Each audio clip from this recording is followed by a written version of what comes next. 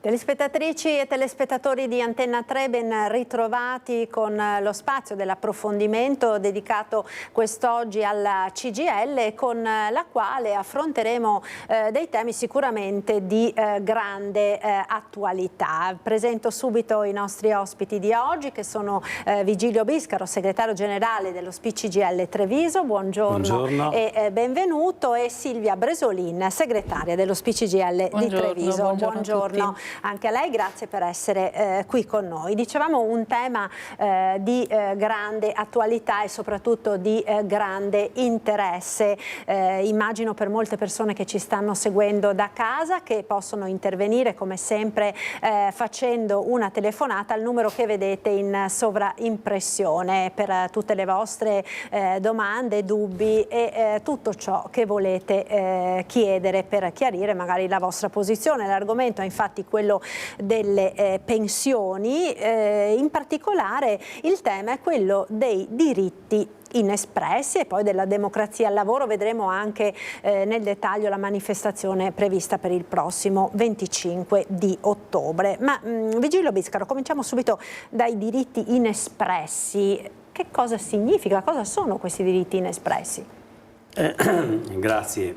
Sostanzialmente sono dei diritti che non tutti riescono a capire, per i quali magari gli anziani, normalmente sono gli anziani, aspettano dei tempi, che a volte sono anche tempi lunghi, per appunto richiederne il pagamento. E sono cose anche semplici da un punto di vista, come posso dire, di ricognizione rispetto ai diritti che dicevo prima. La 14ª mensilità, per esempio, oppure l'importo aggiuntivo alla pensione. Sono tutti diritti che noi come SPI-CGIL, attraverso anche il servizio del patronato INCA, siamo quasi quotidianamente, se non proprio quotidianamente, sul pezzo per dare un aiuto a queste persone. Com'è c'è la mia collega Silvia Bresolin, che è stata direttrice del patronato INCA, perciò chi più di lei può assolutamente dare risposte su questo e spiegare magari anche più in dettaglio di che cosa si tratta. Però è un'attività che lo SPI-CGIL e la CGIL in generale sta predisponendo, da tempo lo ha già fatto, e noi come sindacato dei pensionati, anche attraverso lo sportello sociale, siamo in grado di dare risposte a questi diritti che magari la gente così comune, che non si informa, diciamo, non sa di averli. Poi dopo a me piace introdurre anche la seconda questione, che poi è la chiusura di un periodo di manifestazioni e di lotte che la CGIL, a volte da sola, a volte assieme ad altri sindacati, farà il 25 ottobre a Roma, perché proprio ieri c'è stata una riunione del governo rispetto alla previsione della manovra cosiddetta di bilancio 2026. E qui ci sono, ma lo dirò dopo in modo specifico, le questioni che vertono sia i lavoratori attivi ma anche i pensionati. Perciò si tratta di un ragionamento e delle priorità su questo ragionamento che la CGIL vuole porre al Paese. Il fisco, la previdenza, la sanità, la politica industriale, o per meglio dire la mancanza di politiche industriali nel nostro Paese, cioè quei interventi che i governi dovrebbero fare in un'ottica di giustizia, ma che a volte invece, siccome è più facile tassare i pensionati e i lavoratori dipendenti che ricercare invece l'evasione, che continua a essere altissima in Italia, e perciò ci troviamo a discutere di questo. Domani dovrebbe esserci un incontro con dopodomani, il 10 ottobre, un incontro, speriamo si tenga, un incontro con il governo e CGIL e CISL-UIL e i sindacati in genere. Perciò questi sono i due argomenti che noi oggi vorremmo discutere così con voi. Ecco, allora entriamo nel merito di questi diritti inespressi, perché è molto importante esserne a conoscenza, perché sono delle prestazioni economiche che se non richieste si perdono, quindi insomma è davvero importante che le persone, in questo caso i pensionati, facciano controllare la propria pensione e nel caso appunto richiedano quello che loro spetta. Silvia Bresolin, entriamo quindi nel dettaglio, abbiamo anche delle slide che ci spiegano proprio in concreto che cosa sono questi diritti inespressi, a che cosa dobbiamo stare attenti, a che cosa abbiamo diritto magari senza saperlo. Certo. Allora, buongiorno a tutti, intanto grazie dell'opportunità. Controllare la propria pensione è importante perché? Perché ci possono essere, come diceva prima Vigilio, dei diritti a cui noi non sappiamo di avere appunto diritto, scusate la ripetizione della parola, se non andiamo a chiederlo. Ovviamente questi diritti vanno controllati bene e vanno rapportati a ogni singola persona e singola situazione, perché chiaramente sappiamo che sia la situazione economica che la tipologia di pensione sono diverse per ognuno di noi pensionati. Lo SPI che cosa fa? Allora, noi abbiamo 18 sedi, abbiamo circa 80 recapiti in tutti i comuni, abbiamo circa 120 pensionati che collaborano con noi e sono lì per appunto rispondere a queste esigenze. Nel corso del 2024, ci tengo a dirlo, abbiamo fatto circa 1500 domande di ricostituzione. Ricostituzione vuol dire ricalcolo della pensione e siamo riusciti a far portare a casa ai nostri pensionati una cifra circa di 250.000 euro a titolo di arretrati, ovviamente suddivisi per queste persone, chi più chi meno, poi vedremo anche alcuni esempi. Vari sono le prestazioni che noi possiamo controllare. Faccio un esempio, il trattamento minimo, la maggiorazione sociale, piuttosto che l'importo aggiuntivo, come diceva prima Vigilio, la somma aggiuntiva, l'assegno al nucleo familiare per se stessi, sono tutte prestazioni che se non richieste appunto non ci vengono erogate. Altre prestazioni, tipo quella che ho appena detto, la 14ª, dovrebbe essere erogata d'ufficio da parte dell'INPS, non sempre è così, quindi è bene controllare, oppure a un certo punto potremmo venire a mancare il requisito economico per aver diritto a quella prestazione, quindi ci viene revocata. È importante poi far controllare negli anni successivi se questo requisito è ritornato a, come dire, nelle soglie degli importi massimi, si può ritornare a chiedere la prestazione. Perdo il diritto alla 14ª perché sono andata al lavoro, fra un anno, fra 2 anni non lavoro più, quella 14ª a quel punto dovrò essere io a chiederla all'INPS, perché l'INPS d'ufficio non mi eroga più questa prestazione. Quindi è importante stare attenti a questi aspetti. È importante stare attenti, sì.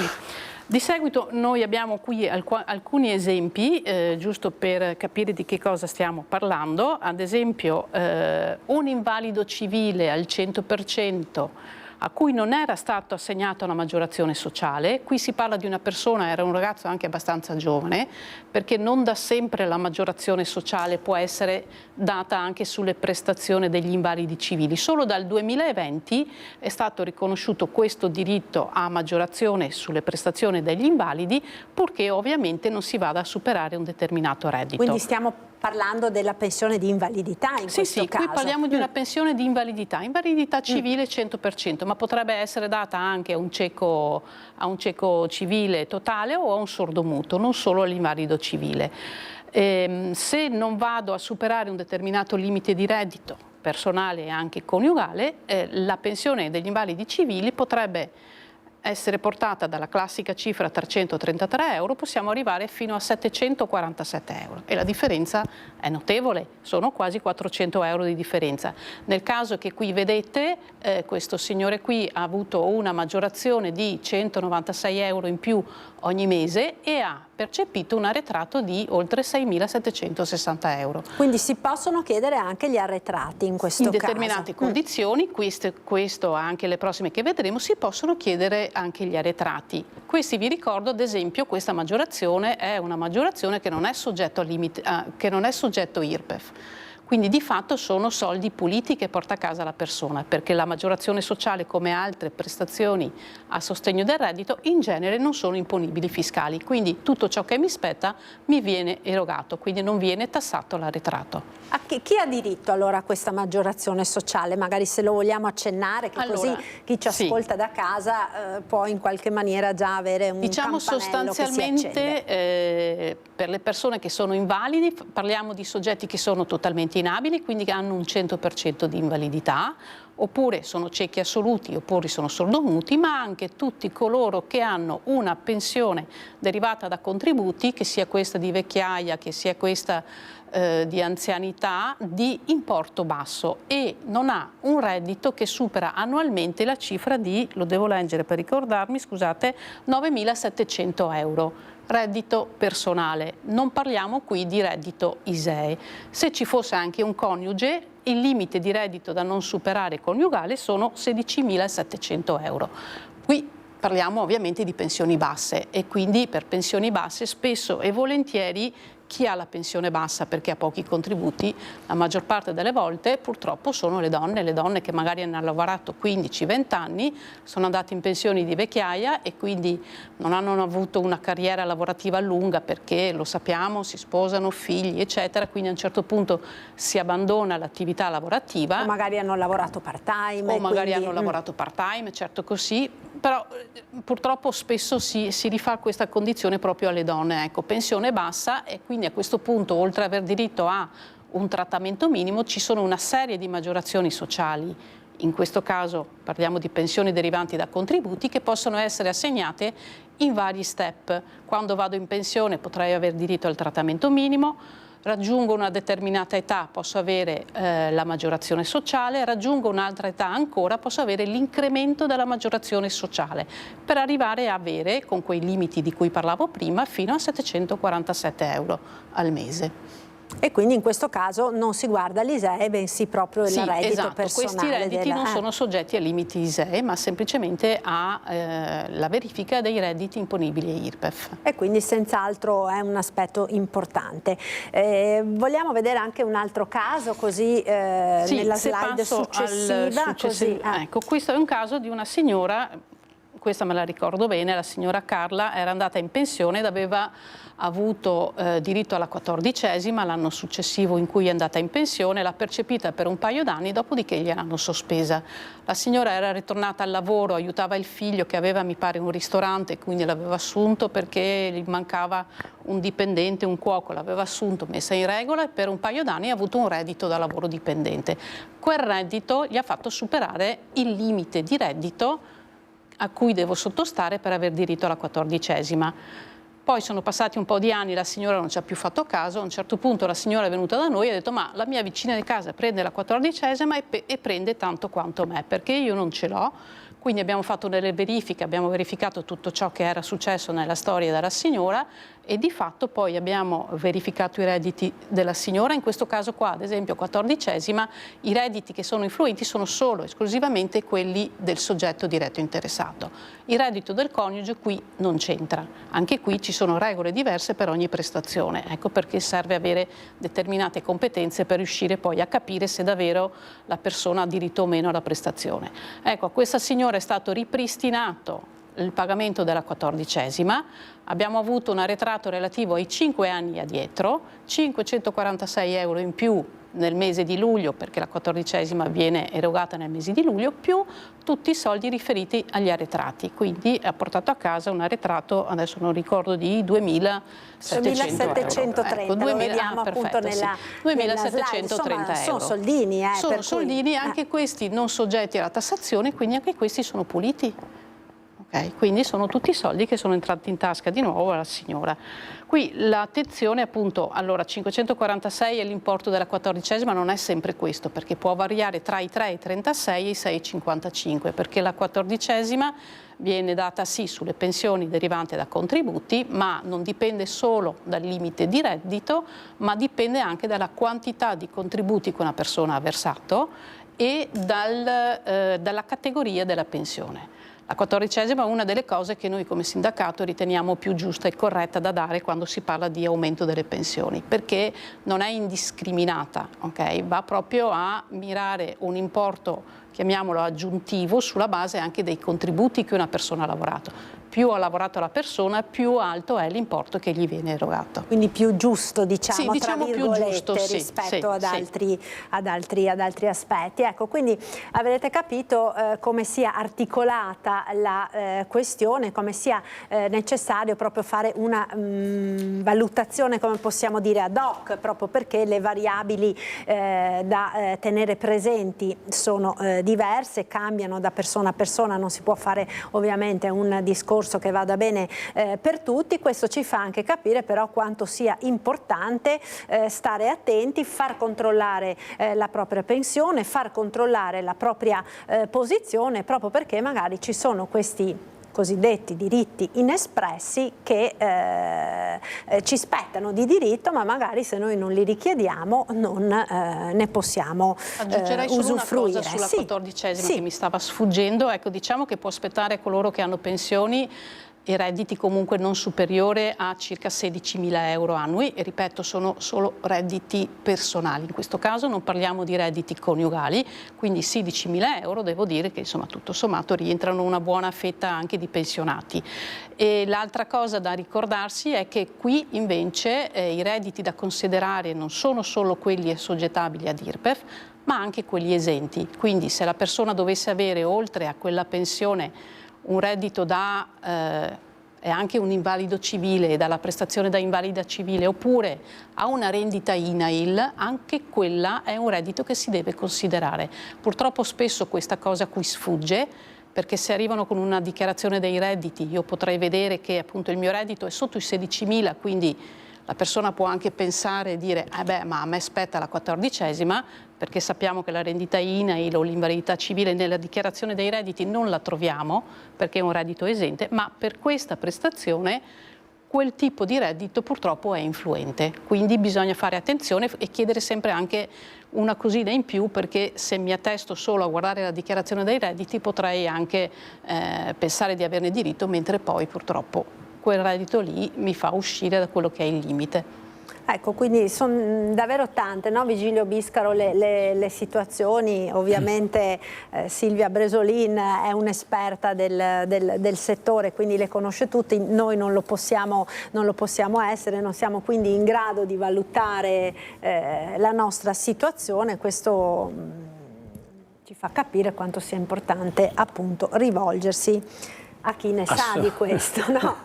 Assolutamente, hai ragione, è assolutamente importante, anche perché nella mia testa, dicendo le cose come stanno dal punto di vista dello SPI, certi diritti dovrebbero essere erogati automaticamente, perché se questo non avviene, e se parlassimo del fisco questo non avviene, se questo non avviene tu risparmi risorse, tu, chi è il tu?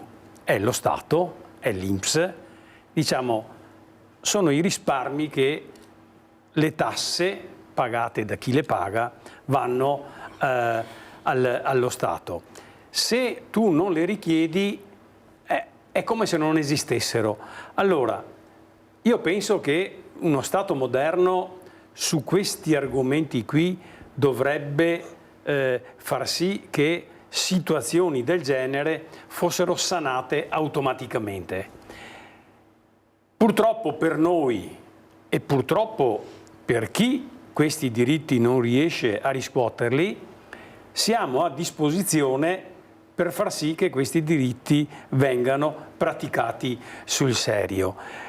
E questo io lo vedo da quando sono in pensione, da quando ricopro il ruolo di segretario dello SPI a livello provinciale, c'è una marea di persone che non sa di questo, cioè non conosce perché non è informato, perché non si informa anche a volte, e come diceva prima Silvia, ci sono delle persone che quando vengono da noi rimangono a bocca aperta perché dicono: Madonna, io avevo diritto a queste cose qua e non lo sapevo. Bene, perciò le porte della CGIL, gli uffici della CGIL e dello SPI sono aperti anche per questo, anche per far capire che noi non siamo un ente pubblico, non siamo, che ne so, un'azienda che fa dei riscontri e dopo va bene o non va bene decidiamo noi. Sono leggi nazionali, sono perciò diritti che spettano alle persone, ma in questo caso se uno non le conosce, lo dicevo prima, vabbè, c'è un refrain di quello che dicevo prima, le perde e non va bene perderle, perché le situazioni di cui parliamo sono situazioni di persone, di famiglie che hanno assolutamente bisogno di queste risorse, altrimenti vanno in crisi, perché oramai se allarghiamo lo sguardo a livello italiano, il discorso del ritorno di una povertà massiccia, quasi il 10% delle persone, 9,7% delle persone ormai hanno superato la soglia di povertà. Questo significa che lo Stato, con queste leggi, e perciò il sindacato qui ha bisogno di rinfocolare, ecco, i suoi attivisti e le sue modalità di intervento nei governi, perché questi diritti sul serio le persone ne facciano uso. Cos'altro dire? Quando uno va in pensione pensa che, vabbè, diventa, lo dico sorridendo, dipendente dell'INPS e la cosa è fatta. Non è vero, perché ci sono tutte queste questioni che rimangono lì nell'ombra, che se noi non andiamo a metterci la torcia e guardarci dentro, uno magari li perde. E credo che questo sia un lavoro sociale che deve essere anche, come posso dire, rimarcato, non so come dire, esaltato, tra virgolette, perché è proprio un lavoro sociale. Perché a volte succede proprio questo. Chi ha la possibilità di contrattare direttamente o con l'azienda o con l'ente le sue questioni ha la forza per farlo e ottiene, diciamo, giustizia.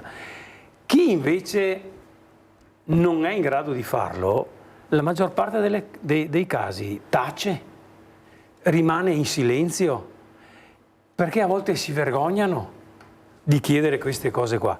Non dobbiamo vergognarci di richiedere la 14ª mensilità se ne abbiamo bisogno, di richiedere l'assegno familiare se ne abbiamo bisogno. Non lo sappiamo, venite nelle nostre sedi e questo verrà assolutamente chiarito. È un lavoro sociale, perciò dal mio punto di vista molto importante, perché la società italiana non è fatta solo di ricchi. La società italiana è fatta di persone che vivono della loro pensione, di persone che vivono del loro reddito. Direi per la maggior parte. Per la maggior parte, perché magari dopo lo diremo, lo anticipo adesso, la maggior parte delle entrate fiscali, l'85% a livello nazionale, a livello trevigiano 91%, arriva dall'IRPEF pagato dai dipendenti e dai pensionati. Perciò se abbiamo dei diritti dobbiamo tirarli fuori.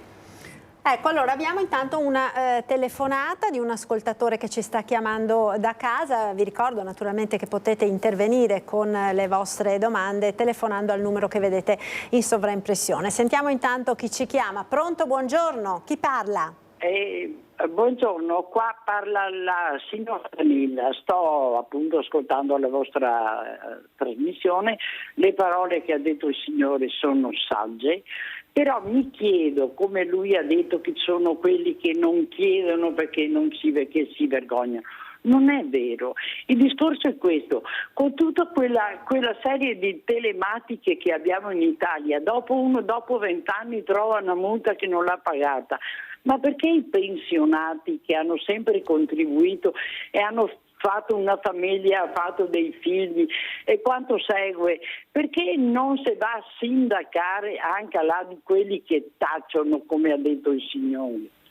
Perché allora il discorso è questo: chi è all'avanguardia se la cava egregiamente e chi non ha i mezzi o la possibilità di fare deve sempre andare in giro a chiedere, e tante volte non è che ti dicano sempre la verità. È un po' quello che si diceva prima, appunto, no signora, che alla fin fine poi chi ha gli strumenti per fare le richieste, chi invece non ce li ha si trova appunto in difficoltà.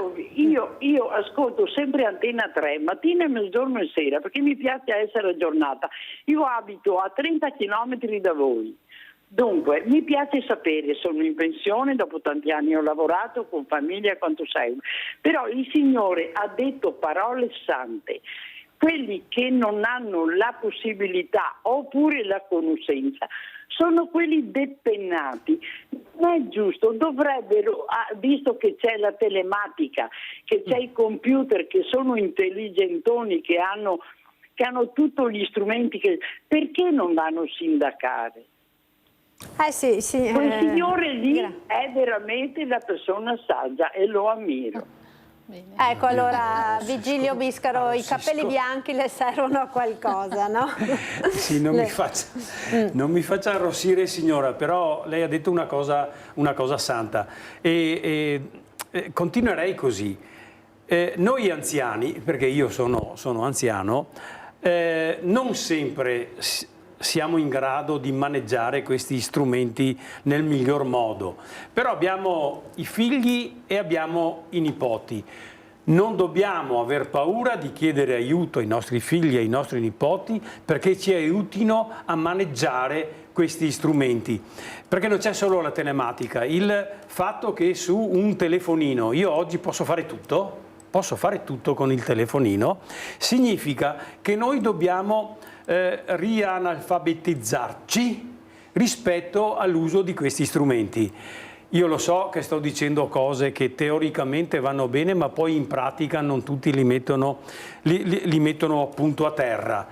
Perciò io chiedo alle pensionate e ai pensionati, ma anche a chi sta male perché magari non lavora, perché è invalido, non abbiate paura a chiedere queste cose qui. Casomai fate un viaggio o una telefonata in più, ma se nel caso in cui voi aveste diritto a una cosa, se non ci informiamo, noi non riusciamo ad averla. Io la ringrazio, signora. Ecco, allora ha messo giù la signora, la ringraziamo anche perché ci segue sempre, così come ha detto, è una nostra affezionata telespettatrice. Io ora con Silvia Bresolin tornerei anche ai casi singoli, no? Nel senso che sono degli esempi che ci chiariscono molto bene alcuni di questi diritti che spesso sono inespressi. Abbiamo la pubblicità. Allora, pubblicità, dopo ritorniamo in diretta con la CGIL. A tra poco, restate con noi.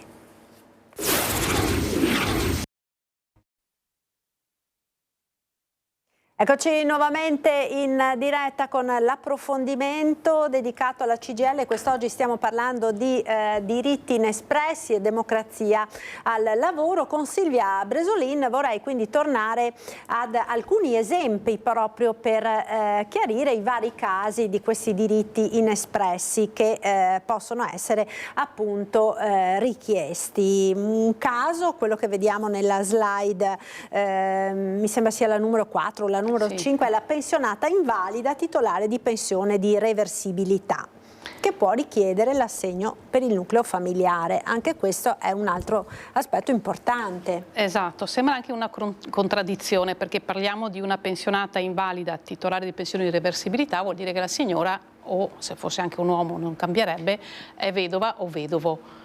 Ovviamente se chiedo l'assegno al nucleo familiare una persona pensa a una famiglia, mentre non è così. Questo è un caso particolare in cui appunto chi è titolare della pensione di reversibilità, quindi vedovo o vedova, ed è anche inabile, quindi per inabile intendo invalido al 100%, non è necessario avere l'indennità di accompagnamento, ma è sufficiente anche essere invalido al 100%, potrebbe avere questo assegno al nucleo familiare per se stesso. Ecco, questa è una delle prestazioni, secondo me, che non sono conosciute. Quindi anche se è da solo? Nel Solo se è da solo. Ah, solo se è da solo. Sì, riguarda proprio questo specifico caso, quindi persona sola, poi se vive anche assieme al figlio, ma questo non c'entra, non influisce, ma il soggetto è proprio questo, un vedovo o una vedova, titolare di una pensione di reversibilità. L'altra cosa particolare è quella che deve essere una pensione di reversibilità derivante da lavoro dipendente, come sono la maggior parte delle pensioni. Quindi la categoria che troviamo nel cedolino della pensione è SO, quindi pensione ai superstiti, ed è quella maggiormente diffusa, non è che sia un casi rari, ecco, la maggior parte delle pensioni sono così, categoria SO, e quindi se questa persona, parliamo di solito vedovo o vedova anche di una persona che ha una certa età, che è anziana e quindi molto probabilmente può essere anche invalida, succede che con l'andare degli anni la persona appunto può diventare invalida, questa ha diritto a un assegno nucleo familiare per se stesso. L'importo dell'assegno sono di 52,91 euro al mese, anche qui potrei ottenere gli arretrati fino a 5 anni addietro, e nella maggior parte dei casi, vi garantisco, ci sono quasi sempre delle invalidità già riconosciute perché parliamo di persone anziane, e mi porto a casa appunto un arretrato. Nel caso specifico della slide, la signora si è portata a casa per i 5 anni 3.333 euro, cifra anche questa considerevole, cifra anche questa non soggetto ad IRPEF, quindi sono puliti. Puliti, non tassati. Esatto, non sono tassati, ed è una prestazione che molto spesso ci si dimentica che esiste, oppure non si conosce proprio perché quel nome assegno al nucleo familiare fa pensare a tutt'altra condizione, quindi non di un soggetto solo, di una soggetta sola, che però appunto ha anche un'invalidità.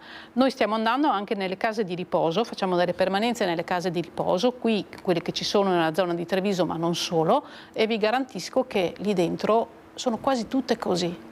Ma parliamo quindi di persone che hanno solo la reversibilità, non anche una propria pensione. Ah no, potrebbero avere anche una propria pensione, questo non è influito. Ovviamente non c'è un cumulo, diciamo, vale anche se uno ha un'altra pensione. Io la prestazione la devo chiedere su quella pensione che si chiama pensione di reversibilità, quindi derivante dal decesso del mio coniuge. Ovviamente devo sottostare a un limite di reddito, quindi potrei avere anche un'altra pensione, questo non è un problema. Il limite di reddito massimo sono 33.000 euro, quindi insomma non parliamo di cifre proprio così basse. Per aver diritto ai 52 euro potrei avere anche un limite di reddito più alto, arriviamo fino ai 37.000, e lì poi l'assegno nucleo familiare è un po' più basso. Però quindi questo ricomprende veramente una cerchia ampissima di vedove e vedovi. Il fatto che abbiano appunto anche un'altra pensione diretta non influisce, non mi impedisce di avere questo assegno. La cosa a cui devo stare attenta appunto è che derivi da un lavoro dipendente, quindi quella categoria di cui vi dicevo prima, la ASO, e che la persona sia invalida, quindi abbia almeno un 100% di invalidità. Quindi dimostrando la data in cui sono diventato invalido, e di solito abbiamo in mano un verbale, quelli emessi dall'ASL, poi rettificati dall'INPS, in cui mi si dà l'invalidità del 100% oppure anche dell'indennità di accompagnamento, tutto questo fa sì che io possa aver diritto a questi 52 euro al mese in più ogni mese, e anche gli arretrati ovviamente sulla base di quando ho maturato questi due requisiti. Ecco, anche questo sì, effettivamente penso sia un aspetto poco noto che è importante sapere. Abbiamo un'altra telefonata in linea, sentiamo chi ci chiama. Pronto, buongiorno. Buongiorno, sono Marco da Bogliano Veneto. Buongiorno Marco, prego. Volevo sapere, adesso le aliquote IRPEF da 4 l'hanno messe 3.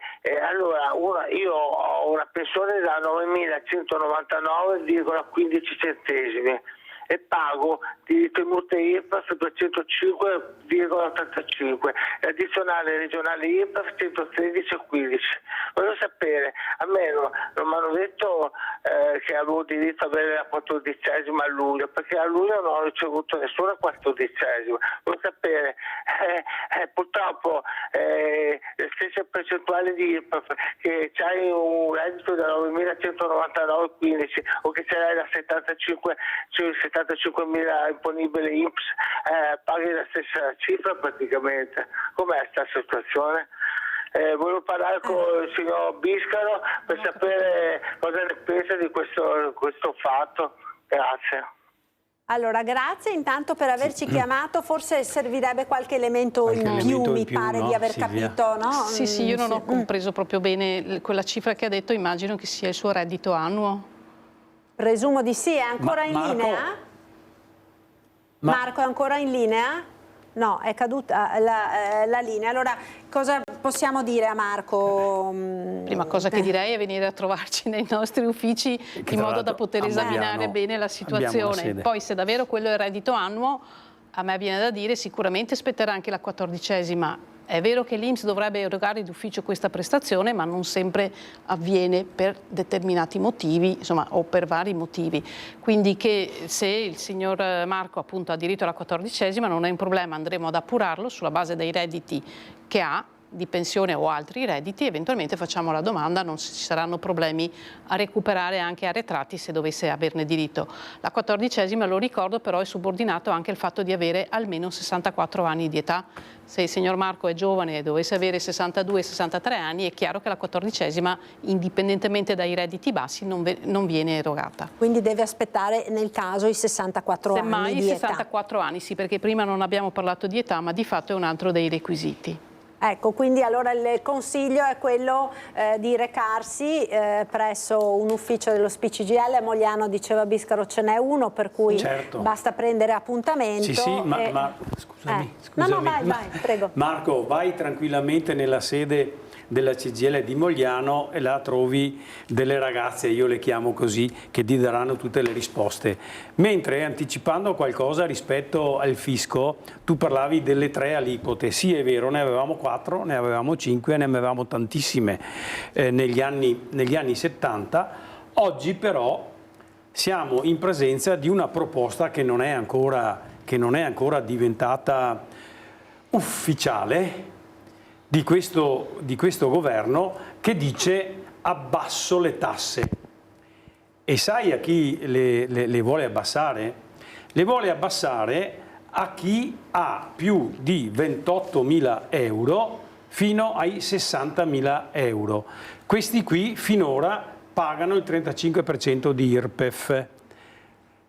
La proposta sarebbe, io dico sarebbe perché è obbligo il condizionale, abbassare di 2 punti questa aliquota, mentre fino a 28.000 euro stiamo tranquilli, paghiamo tutti il 23% come l'anno scorso, come 2 anni fa, e perciò qui purtroppo, Marco, la questione è anche politica.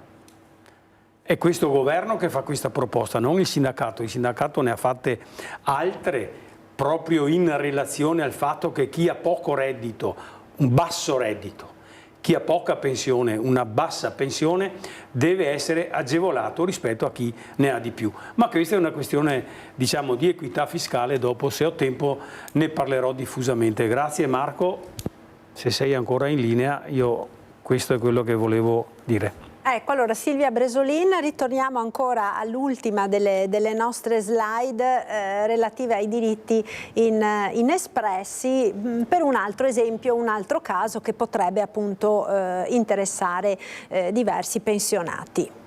Sì, allora questa è una casistica un po' particolare e premetto non ci sono solo questi 4 casi che ho portato oggi, ma ce ne sono tanti altri ovviamente, però insomma dovevamo limitarci. Esemplificativi, diciamo, di un panorama molto vasto. Sì, molto vasto, sì. Qui si tratta della trasformazione della categoria di pensione, quindi un soggetto che è andato in pensione utilizzando dei contributi non solo da lavoro dipendente, ma anche da lavoro autonomo, faccio l'esempio del commerciante, dell'artigiano, ha una pensione calcolata con il mix di questi contributi, ok? Quindi soprattutto nei casi in cui magari ho fatto 40 anni da lavoro dipendente e solamente 1 anno, 2 anni, 3 anni da lavoro autonomo, quindi da artigiano, da commerciante o anche da coltivatore diretto, la pensione viene calcolata in un determinato modo. Quando raggiungo l'età per la vecchiaia, quindi oggi sono 67 anni, posso chiedere di escludere quei contributi da lavoro autonomo nel mio conteggio e chiedo una pensione calcolata solo con il lavoro dipendente, ovviamente se questo mi dà un importo maggiore. Nel caso, in esempio, la persona è andata in pensione, aveva una pensione con questa categoria, mettendo insieme il lavoro dipendente e il commerciante, aveva una pensione mensile di 1.419 euro al mese, alla trasformazione siamo arrivati a 1.886 euro. 466 euro in più. Una differenza davvero consistente. Una differenza davvero consistente. Ecco, peccato che questa trasformazione, che si faceva invocando l'articolo 2 ter della legge 114 del 1974, è stata abolita da quest'anno dalla nuova finanziaria del governo Meloni. Quindi ci dispiace, ma questa operazione purtroppo non è più possibile farla. È un peccato perché appunto chi si è ritrovato a dover mettere assieme più gestioni e appunto escludendo quella gestione da lavoro autonomo avrebbe avuto un calcolo più alto, purtroppo questa cosa qua non lo può più richiedere. È stata fatta fino allo scorso anno 2024, da questo 2025 purtroppo questa operazione non si fa più. Ma e chi l'aveva invece già richiesta continua a percepire chi quella l'aveva già precedente? richiesta si è ottenuto il beneficio e ovviamente si è portato a casa, in alcuni casi gli arretrati, in altri casi tipo quello del signore che abbiamo visto adesso, quasi 500 euro in più al mese, e chi ha avuto chi non ha avuto purtroppo non avrà più. Questo è un altro dei tagli. Quindi diciamo chi nella propria vita lavorativa ha fatto una parte come lavoratore dipendente, una parte come libero professionista. Sì, diciamo una piccola parte, perché poi ovviamente escludere dal conteggio della pensione, se io avessi fatti 20 anni da lavoro dipendente e 20 da lavoro autonomo, ovviamente questa operazione non crea un vantaggio, perché devo proprio escludere quella contribuzione dal calcolo arrivato ai 67 anni d'età. Lo si è fatto per chi appunto ha avuto una vita lavorativa prevalentemente da lavoro dipendente, magari qualche anno nel corso della vita appunto lavorativa di lavoro autonomo. Questo ha prodotto veramente dei benefici non indifferenti e quindi ha tolto quella penalizzazione che quegli anni lì hanno portato a quella pensione. Questa purtroppo è un'operazione che da quest'anno non è più possibile fare, e quindi è un altro dei tagli, diciamo così, o del peggioramento di come si può andare in pensione fatti da questo governo in questo 2025. Silvia, ecco. tu sei anche troppo buona. Sì, mi sono limitata a dire i fatti. Nell'esporre queste cose qua. Io sono tranquillo di quello che dico. Ecco, quando una narrazione televisiva dei giornali ci dice che in Italia abbiamo più occupati, che in Italia abbiamo più reddito, noi dobbiamo andare dentro le cose, perché questo atto qua è un atto politico che è stato fatto da questo governo, perciò chi era in quella situazione là o che sarà in questa situazione qua per i prossimi anni non potrà più avere questo che i passati invece l'hanno avuto come diritto. E questa cosa qui è importante se noi guardiamo come i governi, e devo parlare di questo governo che abbiamo in carica, si propone di fronte ai pensionati e di fronte ai lavoratori dipendenti. Una cosa che mi sono proprio segnato, per esempio, ma dopo andremo non riuscirò nel dettaglio, ma andremo a capire perché il 25 di ottobre la CGIL sarà in piazza. Perché l'inflazione fra il 2021 e il 2024 ha superato il 18%. Bene, il potere d'acquisto dei lavoratori dipendenti e il potere d'acquisto delle pensioni corre dietro a questo 18% oppure si ferma al 6, al 7, come tanti contratti rinnovati negli ultimi mesi è stato fatto? Perciò, dal mio punto di vista, quando parliamo della legge di bilancio, e ogni anno parliamo della legge di bilancio, noi stiamo parlando di, come posso dire, come lo Stato, attraverso i governi che governano in quel periodo, oggi abbiamo il governo Meloni, come questo governo dà risposte al cosiddetto contratto sociale, che non è quello di Rousseau, ma il contratto che ogni Stato fa con i propri cittadini, rispettando i principi della Costituzione, e perciò mette le risorse dove immagina ci sia più bisogno. Bene, allora se noi partiamo da quello che il governo vuole fare oggi, rispetto alla previdenza, rispetto al fisco e rispetto alle politiche industriali, sta andando da un'altra parte, perché sul fisco sta chiedendo un'altra volta in ginocchio un aiuto alle banche, come ha fatto l'anno scorso. Non ha tassato i profitti delle banche, non sta tassando le grandi ricchezze, sta chiedendo un prestito alle banche che poi noi attraverso le nostre tasse pagheremo. Che cosa sta chiedendo invece al lavoro dipendente e ai pensionati? Sta chiedendo di pagare l'IRPEF, che è aumentata in base all'inflazione che dicevo prima, solo nominalmente. Cioè io ho aumentato il mio reddito, la mia pensione, ma teoricamente, non in senso pratico, col potere d'acquisto. E chi mi ascolta sa benissimo quando andiamo a fare la spesa che cosa è aumentato. Basterebbe che ascoltassero questi benedetti sindacati, che ascoltassero la CGIL, perché se ci ritornassero indietro il drenaggio fiscale, in termini aulici il fiscal drag, noi avremo automaticamente 1.000-1.400 euro in più all'anno, senza fare nulla. E mi sa che questa manovra, siccome stanno ancora discutendo nelle sfere governative, io ho qui un quotidiano di oggi, mercoledì 8 ottobre, manovra, governo diviso, tensioni su fisco e banche. Orsini, che è il presidente della Confindustria, chiede a Meloni ora i fatti.